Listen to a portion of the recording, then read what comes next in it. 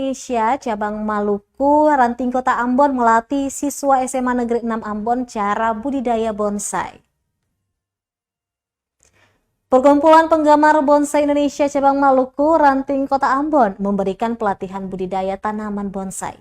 Pelatihan itu ditujukan kepada siswa-siswi SMA Negeri 6 Ambon yang berlokasi di Negeri Amal Husu, Kecamatan Nusan Niwe, Kota Ambon, Jumat 26 Januari 2024.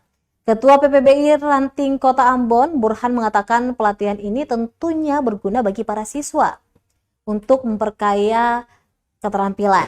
Menurutnya, budidaya bonsai merupakan salah satu konsep wirausaha yang menjanjikan.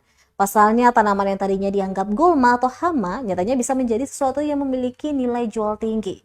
Burhan berharap melalui pelatihan yang diberikan, para siswa bisa mandiri. Namun, PPBI akan tetap mengawal dan memberikan bimbingan.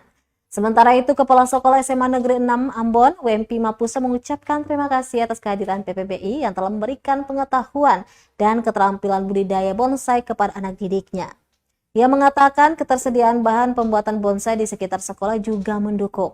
Sebelumnya, tanaman-tanaman tersebut sering dianggap sebagai gulma, tetapi dengan kehadiran PPBI, tanaman-tanaman tertentu dapat dibentuk menjadi tanaman bonsai yang memiliki nilai jual tinggi.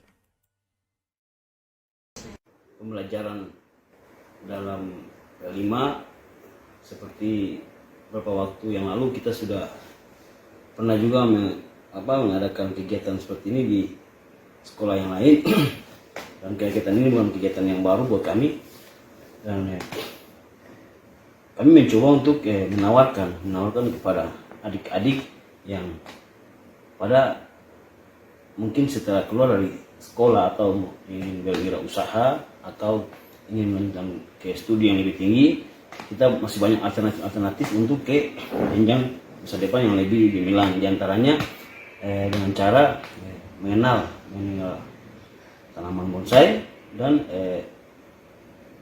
melestarikan dan memberdayakan apa yang ada di sekitar kita, terutama di alam Maluku.